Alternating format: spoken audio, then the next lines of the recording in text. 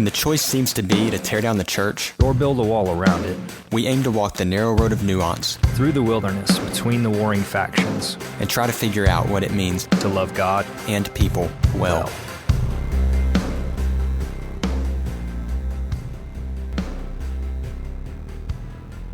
We're not talking about politics today, are I don't know. we? That means Ryan has something on his mind, ladies and Got a gentlemen. lot on my mind. I feel like that's one of those things we initially were like, we need to shy away from it. And then I feel like the more our world changes, it's like, okay, how's the right way to talk about it? And I was watching something, so our church is doing a class, and one of the videos made the point of like, what did God ask the people to do when they were in Babylon? And it was to take up residence and to do the things, you know, to live your life, to Seek the peace and seek prosperity of the community. city. Yeah. Yeah. And it's like, it didn't mean to, you know, serve the master necessarily, right? The one there, but do these things and with me in mind. And it's kind of like, well, I mean, that's for sure where we're at in many ways. Now, we're in a democracy, which was not always the case in some of that, so we get a little more feedback than they likely did. But what do you do with that, you know? I don't know. Are you asking me? I mean, you probably have a thought. Nope, empty head over here. Totally empty head. I don't know. I think it's easy. I do have typically voted, but I've not necessarily enjoyed it. If that makes sense. Yeah. Like, Yeah.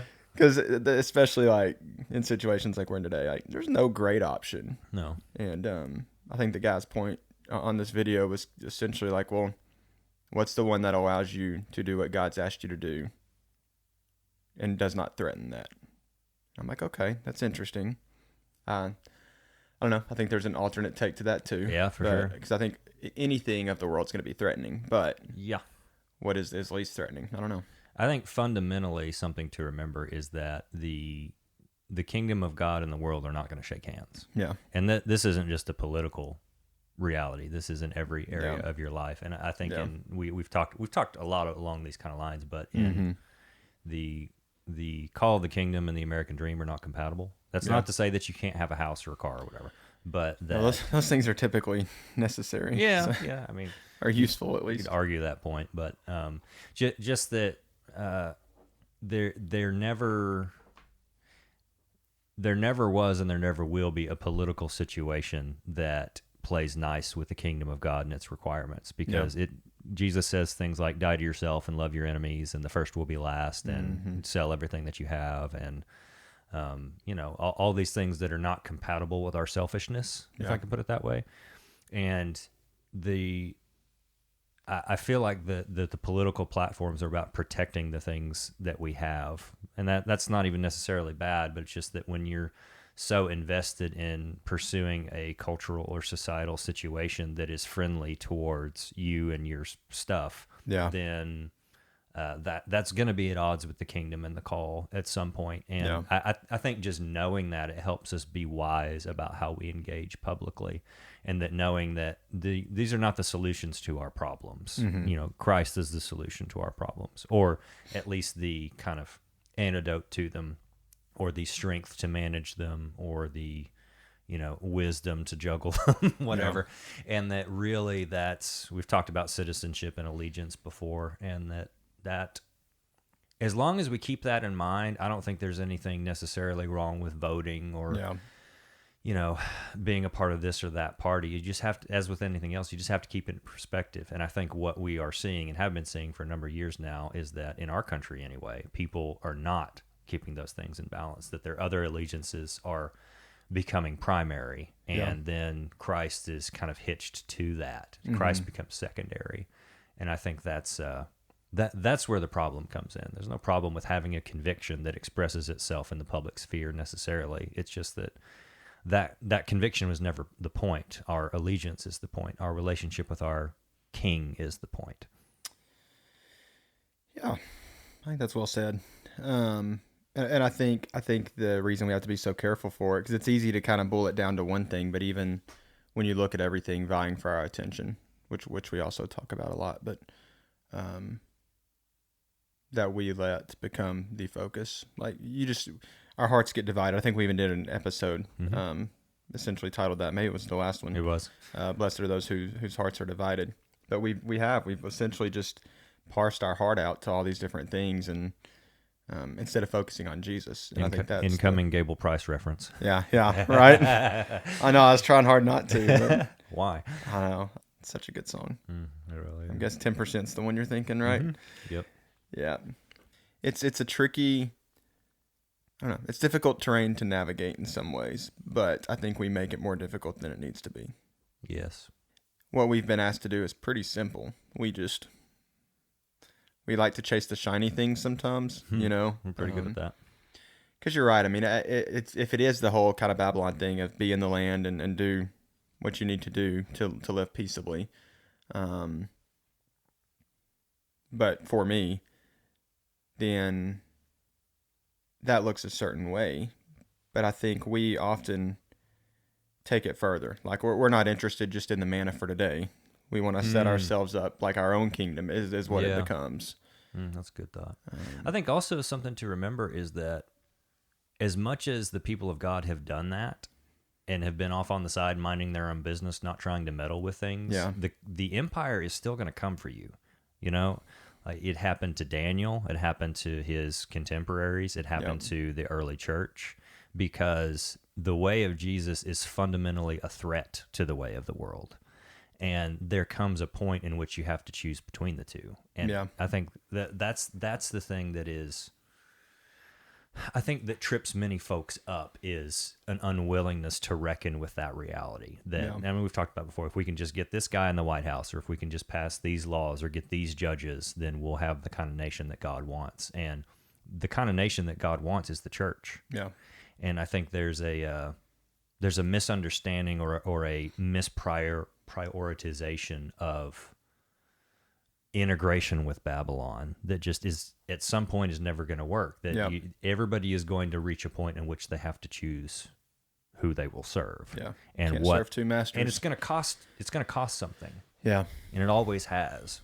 And it may not cost you your life or your career or your house or whatever, but it will cost you your comfort at whatever level. Yeah. And I don't think that we're willing to reckon with that a lot of the time. I was having a conversation the other day, and I think I was talking with my wife, but it kind of came up. We were talking about something specific, but I was like, I wonder if that's not the modern version of bowing to Nebuchadnezzar. Like, in what ways have we done that? Yeah. And allowed ourselves to be much. Not that Christians shouldn't be involved in politics or run for office or whatever. Honestly, we probably need more of that. But in what way have we put that as the thing that's our savior, And if we don't do this, well then, it all breaks loose. Yeah. Well, I think the Hebrews in Babylon, the book of Daniel is interesting because it's a really good, not template, but it explores, as ancient Hebrew wisdom literature does, it explores a scenario in which the people of God are in a foreign land, like ruled over by spiritual evil, and that they were called to worship the leader of that land as a god, or at least to set aside their allegiance to their own god at times. And, the three friends were fine to exist in the Babylonian thing, but there were certain things that they didn't do. They said, no, we're not going to eat this food. This is not the food that we're called on to eat, so we're not going to do that. We'll do this other stuff for you. We'll be scribes for you. We'll work on the business of the empire, but we're not going to do that. Daniel, in a similar way, rose to prominence in the king's court and handled himself very well, and everybody spoke well of him until it came time to do the thing. Yeah, and he was like, nope, not doing that. Yeah. And in both cases, they were prepared to pay with their lives. So we've mentioned the TV show The Chosen a few times, and there's an interesting dynamic at play in the first season where they kind of explore the Jewish community's relationship to Rome as rulers, and that there's one of Matthew's character is this, he's treated as junk by the Romans because he's Jewish, and he's treated as junk by his fellow Jews because he's consorting with the Romans to collect taxes and this kind of stuff. And it, at some point he also has to make a choice, and it's a very inconvenient one for him. Yeah. That's like, okay, I'm not gonna. And this was the case even for like the Pharisees and the Sadducees. The Pharisees, if memory serves, were the ones who, they were the ones who had the kind of political and spiritual power in Jerusalem. And the Sadducees were kind of spread out in the synagogues. They were more kind of like the more progressive, if you like, and they had more of the people on their side and stuff. But the Sanhedrin, the ruling court of the Jewish faith, had a lot to do with the Romans, because they had to get their permission to enact capital punishment and all this other kind of stuff. But it was the same for them. It's like, okay, well, they took it to a certain point, and then Jesus comes in and starts moving their cheese around. Yep. And I think, and I know we weren't necessarily planning on talking back to our Beatitudes series necessarily, but I think there's a lot that's kind of in line with that, with being a peacemaker and trying to live in that way without, because I think that's what they were trying to do. Back to Daniel, was just live peaceably. But then someone wasn't okay with them doing what they were doing. Paul says, writing to people under a foreign empire, one of the things he says is, as much as it depends on you, live at peace with everyone. Yeah. Well, doesn't always depend on you, does it? No. And there's a book, what is it called? Destroyer of the Gods, I think. And I'm forgetting who the author is, but it explores the relationship that the early church has that the early church had with the kind of institutionalized worship of the Greek and Roman gods. And I think it's that book that does that. Larry Hurtado? Yes. Okay. Yeah. Yeah, Destroyer of the Gods, Early Christian Distinctiveness in the Roman World. Yes, that's it. And they talk about that, like, it was regularly expected that you would go to the temple and make sacrifices for fertility or prosperity or whatever else, and that there was actually at times a hostile relationship between early Christians and the people around them, because they refused to do that. And so there was thought, some people were their response was, well, like, you're endangering us. If we don't do this, then, like, if we don't all do this, the gods are going to be angry and they're not going to bless our community. How could you do this to us? Like, that's not being a good neighbor. Yeah. And so there is a similar kind of conversation going on in America, no matter what political persuasion you are. If you find yourself in a certain room with a certain kind of person or certain people of a certain political persuasion, you'll have similar conversations, Yep. whether it's progressive or conservative or whatever. And it's like, well, don't you want to keep your family safe? How could you? What kind of a man are you? Yeah. Or like, don't you want everybody to be free? Why are you trying to control people? What kind of a monster are you? Yeah. And either way, again, it's not like God has a favorite.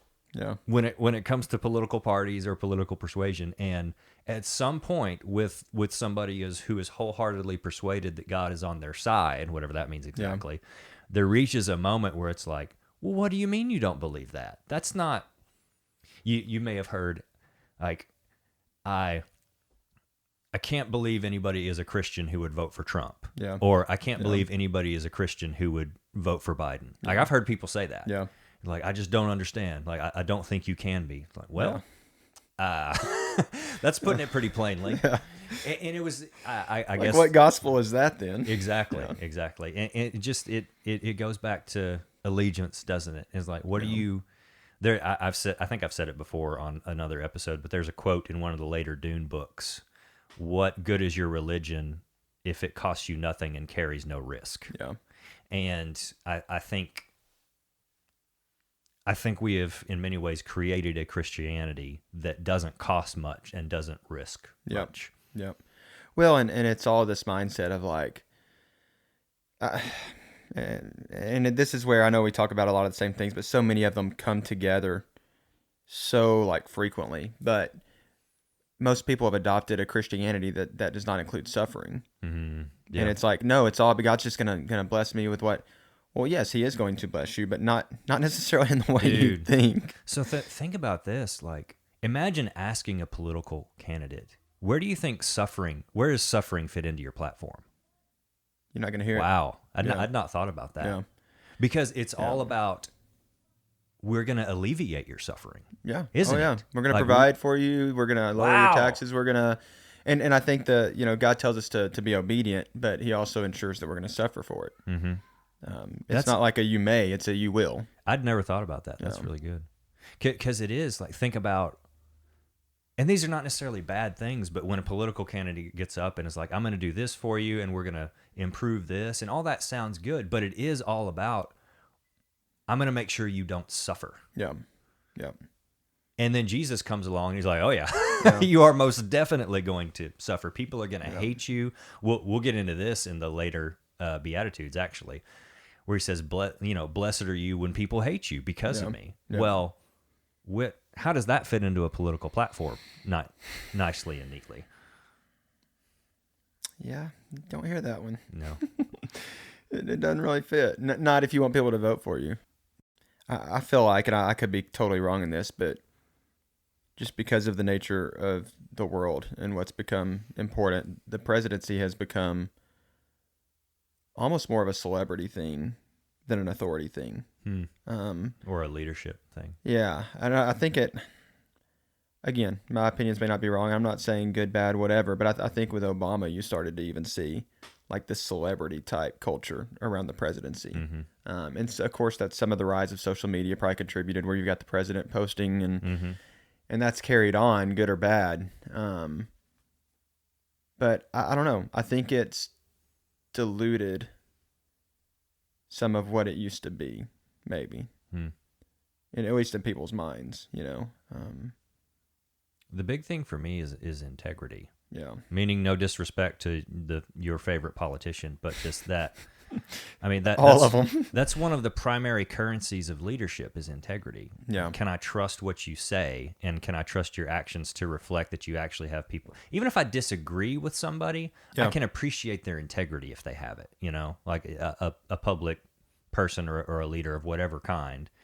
If I feel like, you know what, you're sticking to your guns. I wildly disagree with everything that you're saying, but I don't think you're an awful, terrible person who's being disingenuous. Absolutely. Yeah. Yeah. And I think kind of back to the platform thing, you can hear all the right things, but the actions say way more. I had to write out a response for something for work the other day, and I alluded to it. Essentially was like, hey, what's the contribution you would bring as a part of this thing?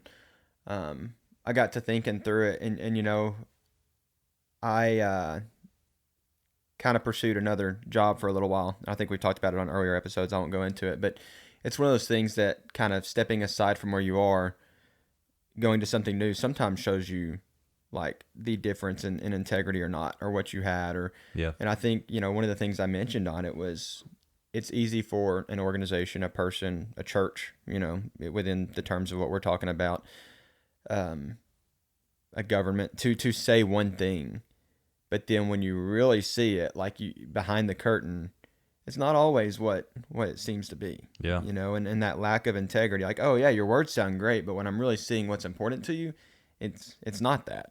It's this other thing. Yeah. Something we talk about at work a lot is the people we're working with, what metric do they actually care about? What's actually meaningful to them?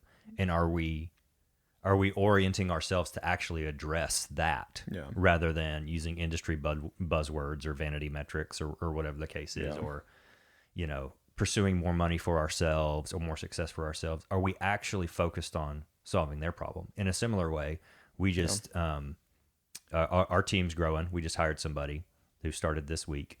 And for me, I'm having to lean much more into, I have to make sure I'm leading people well.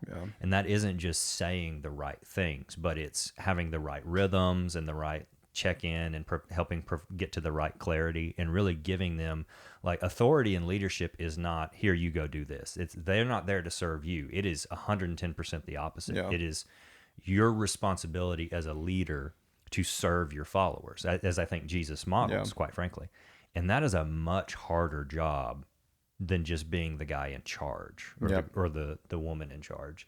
And so, like, it's a particular call on people who would serve as leaders. I used to say, or I used to feel like is when I was younger, that in church, a position of service is a position of leadership. Yeah. Because you're demonstrating what Christ-like qualities are in a way for other people to see. Yeah. And so sometimes people would be put in positions of service, and my response would be, are you sure you want that person Yeah. representing the program or representing the church or Christ or whatever in that position? Oh, well, they're just, they would view it as a lowly position maybe. Yeah. And my thing was like, dude, every one of these things is important. Yeah. It's not as though just the pastor is the most important thing. It's like all of these positions matter. Yeah. You know, and the more you put people in them that don't belong there, like that's not a good thing. Yeah. And leadership's one of those things that can be icky. Some discussions or things that you find. One of the things I've kind of that stood out to me, being a leader is not difficult. Anyone can be a leader. Now, leading people to the right thing, that's a different story. Okay. All right. Right? I mean, I think because there's almost all this focus on, we need to be leaders. It's not hard to lead someone to something. But being someone worth following, that's a different story. Yeah. Especially when it comes to, as a believer, people should not see you as they follow you. They should see Christ. Huh. And I think that's a way more difficult thing to navigate. And it's interesting talking about the public sphere where it is all about, Yeah. I want you to see me. Yeah. Oh, yeah. Yeah. I mean, and that's where I think some of the Christian leadership circles get icky to me. Yeah. Not all of them, but some of them. It's just like, is that following the model of Christ? I don't think so. Yeah. Just because there's so much emphasis placed on the public perception, and not that that's not important. God tells us to live in a way that people see Him. Well, then obviously that they've got to see something in us worth noticing for them to see Him. But I think a lot of times we like the image to stop with us, people to see it and be like, oh, look how great He is. Yeah. There's even Christians. There's far fewer than we probably realize who are interested in letting that go on to see Him. It's kind of the whole, I think we've talked about it on here before, blessed to be a blessing idea. Your blessings don't stop with you. They're to carry on and to bless others. And same thing with that. Like your perception, the perception people have of you should not stop at you. It should go on to Christ. I mean, yeah. And I think one good measure of a leader and how they're setting their followers up for success is, how do you treat your enemies? yeah. Which is an odd thing to talk about with, American politics in mind. But thinking about, like, do you, as a Christ-like leader, do you want things to be better for the people you don't like? Yeah. And are you okay with that? Or the people you sharply and vehemently disagree with? And so much of the current public conversation is about owning the people that you don't like, or making sure that the people you don't like or don't agree with are shut out of the conversation, and that they don't have influence, and that they don't have a seat at the table, going either direction, quite frankly. Yeah. Well, and yeah, we can cut this out if we need to, but I think you're right. And then I see the opposite of that, where every single thing you can possibly think of, absurd or not, has gotten a seat at the table in some ways recently. Yeah. You know what I mean? Yeah. In kind of the cultural public sphere conversation. Yeah, and it's like, why are we considering this as an option that's good for our kids or families or people in general? You know what I mean? Yeah. And in the spirit of not having someone feel unequal, or I don't know what the word is, because I don't. No, Gosh. it's like the the economy of validation. Yeah.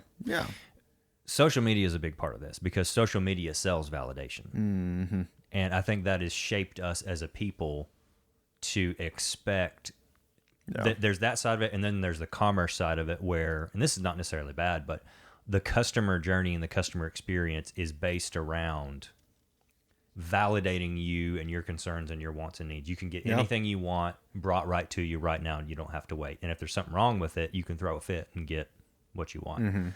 Now, those things, the convenience of being able to order something from Amazon is not inherently bad, obviously, or having air conditioning or whatever. But we have to be aware of how it shapes us as a people.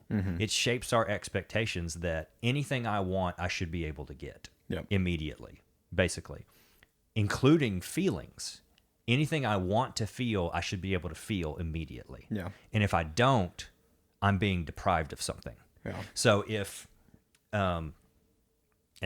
like if my theology is not celebrated, I'm going to a different church. Yeah. If my sexuality or my gender identity is not validated, then that's a hate crime against me. If my political persuasion is not what is currently ruling the land, then my country is being taken away from me. Yeah. If my spouse is not meeting all of my needs, I need to get out of this marriage Yeah. because it's toxic. Yeah. You know, Yeah. if that person is not, celebrating and supporting any decision I might make, Yeah. well, they're toxic too, and they need to be cut out of my life. And our expectations around having every one of our whims validated have produced a common cultural expectation that if anything like speaks against you and your truth and what you want, and this is not just like a progressive ideology thing, you find this everywhere, then that needs to be fought against. Well, that's 110% contrary to what the gospel calls Yeah. us to. Well, and when did it become such a problem to be wrong? Yeah. Like at some point it's too far. I had a conversation with my kids the other day. I was like, no, it's fine. Yes, that's not correct, but now we get to learn and figure out what we should be doing here. Why is that a bad thing? Like, Something we're working on with our daughter right now is, on the one hand, giving her a chance to express her thoughts and Sure. feelings, because she's 11, so she's developing. But also like, okay, I've heard what you think. yep, I understand things that you don't understand. I have Yep. experience you don't have, and I know things you don't know. And you have to trust that you do not know best. And that never stops as long as we're alive, as far as we and God are concerned. Yeah. There comes a point where you just have to be able to trust that, like, you and your thoughts and your feelings and your perspective are not the most important thing in the world. Yeah. You will be wrong. You will make mistakes, and that's okay. yep, And you don't need to get rid of anyone and everything that points that out to you. Yeah, That yeah. is bad for you. Yeah. You need people that sharpen you. You need people to look you in the eye and be like, no, dude, that ain't it. yep. And this yep. is hard professionally and personally, to be willing to accept that. It's a difficult thing, but it's the only game in town. There's not really another way to live. And I think that's why. I mean, that's why community is so important. Now, I think you have to be careful, because there are people who, and have we talked about, tell me if we have, but the way my wife put it to one of our kids the other day, there are people who want to blow out your candle. Have we talked about that on here? No, we haven't. That's good. though. Yeah. And she was like, don't be around people who just, their goal is to blow out your candle. Yeah. Like, be around people who want to see you lifted up and encouraged and growing. And, because there are people who literally, their goal in being in community, and I'm doing quotes, that's the downside of a podcast, I guess, be in community. Their goal is to put you down so they feel better about themselves. That's not the people you want to be around. Well, and with that too, there are some people who are not actively trying to put other people down, but what they care most about is keeping their candle lit. That's right. Whoever's they have to blow out to in the process. Yeah, and it's just, I don't know. I mean, it's funny because I know we're not trying to do the blessed are the peacemakers, but there's so much around this. Like, in order to have that, you have to have people who are willing to help you through the difficult times, and it's not this like, oh, I'm going to sit down and chastise you for 30 minutes. And then it's just living in a way where those conversations come up, where it's okay calling someone and being like, hey, dude, I'm sorry I hadn't been, reaching out or the same or whatever. Here's what's going on. Can you pray for me? And normalizing that. Like, it's weird to me how small a part prayer seems to be playing in American Christianity today. Why would you pray when you have everything that you want? Yeah. And the sad thing is, everything that we want is really what not necessarily good for us, right? But it is, and man, I think not that social media is a direct correlation to this, but there's so much emphasis put on appearing a certain way, and prayers become this thing you do when things are bad, right? And so it has to, in some way, be a connection of like, well, hey, if everything looks good, and I want everything to look good, maybe maybe this is I shouldn't be doing as much as this. And yeah. I think I've talked about this before. Certainly you and I have, but the last few years for me have nailed to the core the point home that the closeness of God is a daily need for me. Yeah. Like I'm not good without it, quite frankly. And the times I push it away are the times that I'm not doing well. Like I do poorer as a result, whatever that means exactly. And I'm not able to love people and take care of them the way that I'm supposed to. And that sounds very, I acknowledge that sounds very cliche. Oh, I need God. Like I don't know what to tell you folks, quite frankly. Like, I cannot get around it. Yeah. It is, I would be so messed up without it. And I feel it in my bones now in a way that for most of my life I have not. Yeah. No, I get it. I mean, and that's, I think, a big shaping of my just theology and the way I understand God has happened in the last, I don't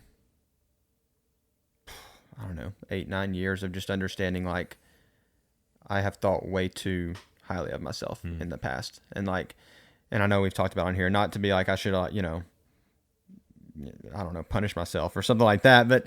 But I understand more now that, like, without God, there's no way I will choose the right thing. Mm-hmm. Like, apart from him, I'm going to choose the wrong or selfish thing.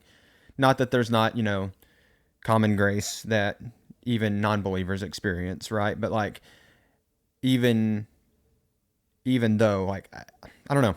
I don't know why I went there with it, to be honest. But I think there are little things that there's grace in for everyone. But I just do not think I would ever do a lot of what I do without, if I don't focus on God, Mm-hmm.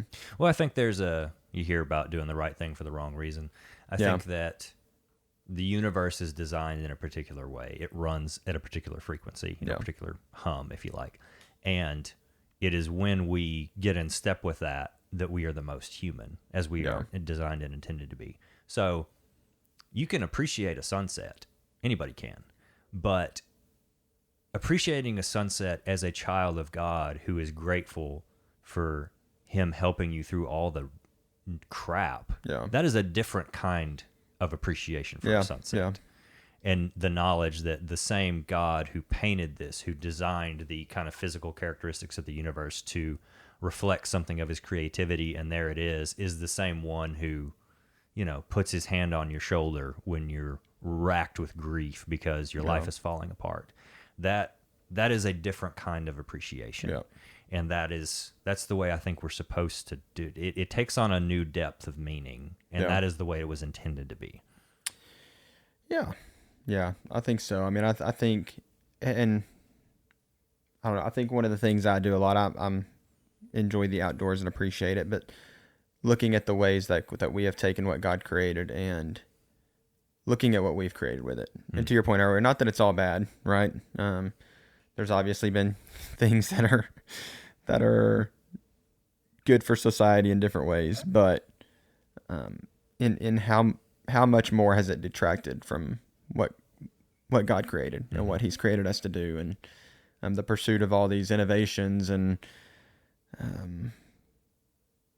don't know, I'm reading a book. I've been reading a book. It's one of these that we were talking about earlier where you have to read it 12 times, I feel like, to get anything out of it. And so, I've reread half the book twice, 3 times, but it just talks about how, like, even the Industrial Revolution and, like, progressive ideas took away from, like, the idea of family and what the church looked like then. And it's interesting. And it was written in, like, the 70s. But reading it now, it's just like, cool. And how much more, Yeah. Well, and let's be clear, too. This is one of those things that the enemy was just as much at work in those times as he was 100%. Now. Yeah. It just, he was up to different things then. He's a master tactician. Yeah. And so, if the family is strong, he's going to go work on something else. Yeah. Yeah. If the family is not strong and he doesn't have to pay as much attention, he's going to go attack something that it is and try to undermine that. So it's not that we're saying, oh man, I remember back when America was, a godly nation. There's no such thing. Yeah. But you can certainly say, oh, I can see the enemy working to undermine this institution over time, Yeah. which I think is what you're getting at. Yeah, absolutely. And yeah. I don't know. I'm trying not to get on a soapbox or I'll run rampant. But yeah, I think there's just breakdowns we've allowed little by little to happen. Mm-hmm. That's like, maybe had we viewed the government and God and politics, all this the right way back, we wouldn't be in what we're in now. Mm-hmm. And looking for the government to fix everything. Yeah. When we know it can't. I doubt anybody, I doubt this is something that we want to consider, but maybe thinking that the pursuit of happiness is a right that we've had from the beginning was one of our first mistakes as a people. It's interesting when you realize certain things that we've, basically said the government gave us were given by God and not the government. Yeah. That changes things. Or you like, know? Now, well, and maybe the point you're making isn't so much the pursuit of happiness. That's a different story, I guess. I'm thinking like freedom in general. I would like to think that the freedoms I have are from God more so than some institution that's man-made. But to your point, maybe where you were going, why is it all about our happiness? Like maybe that's not our focus here on earth, or our life or our liberty. Yeah. Something I think about is, well, he who tries to save his life will lose it. And liberty, deny yourself and take up your cross and follow me. It's the same thing with the Beatitudes. When you compare and contrast what God has said, what Jesus has said, with what we have said that God has put his stamp on, they don't line up. Yeah. And in the scriptures, what is our liberty for anyway? To do as we ought, to do as we should, not as we want. Yeah. But that's not fun. No. It's fulfilling. There's a book on my list to read that I have not. Amusing Ourselves to Death. Oh, It's yeah. the Ken's mentioned it a time or two. And I'm really interested to read it. I haven't. I need to get it. But it kind of just I'm hoping it's around the idea of just like all the stuff that we've put in front of us that's constantly vying for our attention, is slowly pulling us away from what we're really supposed to be doing. Yeah. And I don't even know that it's a Christian book, to be honest. So I don't think it is. I don't know that will be the exact vein, but I'm sure it's similar. I mean, something I've been trying to reckon with of late is what can I do, when I have, quote, free time or whatever. What can I do that is still constructive and puts fuel back in my tank, but isn't another thing to work on? yeah. And asking the question, okay, well, I kind of want to sit and watch TV, but is that actually going to help me in some way? Yeah. Or like, even if you say, well, there's nothing wrong with watching TV, and I don't know that there is, but like, what am I going to choose to watch that might, like the stuff I choose is tends to be stuff built on like imagination and world building and creativity, because it gets me kind of excited for those things. See, ooh, what's their idea for how this worked? Well, that actually does put back in my tank, because it's cool for me to watch. Oh, this is how they brought their imagination to life. I really like that stuff. So for me, that actually can be restorative. Versus there's a lot of stuff there's just, and this is actually a good thing. There's a lot of very hyper real art out there currently, like TV shows and movies and stuff that really portrays the human condition accurately. Yeah. But I found that for me, in the season of life that I'm in, some of that stuff hits a little too close to home. Yeah. And it's like I don't necessarily want to go ponder how crappy humanity is right now. I don't know that that's going to put back in my tank. When we've talked to one of the conversations we had with Josh Porter of Showbread, who wrote Death to Deconstruction and what was it? With All Its Teeth. With All Its Teeth, the book about Christian art. Is he said, there was a time when there were some shows I didn't need to watch because it fed my nihilistic tendencies. Yeah. And I had, I needed to lean on the Holy Spirit and on the wisdom of the people around me to say, that's not going to shape me more into being Christ-like. Yeah. Oh, we've talked some about like shows like Game of Thrones, for example. Yeah. That's the kind of thing I would really like. I Yeah. like high fantasy. I like medieval fantasy. I like the whole like interpersonal intricacies of that kind of thing. But I know better than to go near that show because some of the Yeah. stuff that's in there. Yeah. And that's not passing judgment on anybody who does watch it. Just I knew it was not going to be wise. Yeah. Yeah. Is there a good Christian alternative to Game of Thrones? Lord of the Rings. Yeah. I think back to like, I don't know if you, like, was it Plugged In magazine? Yeah. Where it'd be like, if you like, you Yes.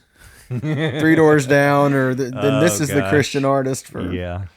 and it was never quite No, it was the never same. accurate. But it's like, okay. I remember we looking at one of those like Christian music kiosks. Yeah. And they would have comparisons. Like they'd play you a music video from somebody, and then they'd say, if you like da da da, and they had David Crowder on there. Yeah. David Crowder band. And they said, if you like Dave Matthews Band, and I was like, the only thing that these have in common is Dave. like the first three letters, Yeah. the Dave part. They sound absolutely nothing alike whatsoever. It's just funny. Wow. Yeah. We got from politics to Dave Matthews We in did. less than an hour. We did. Man.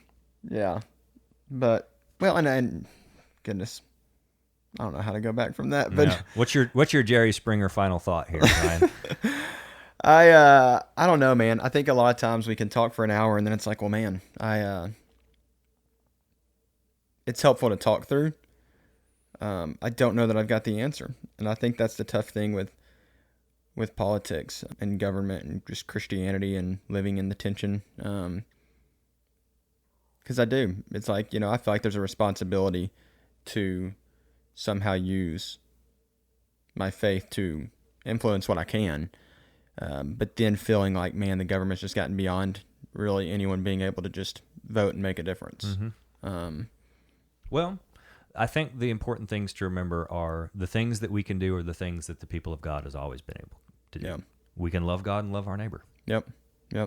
Be obedient to him. Know you're going to suffer.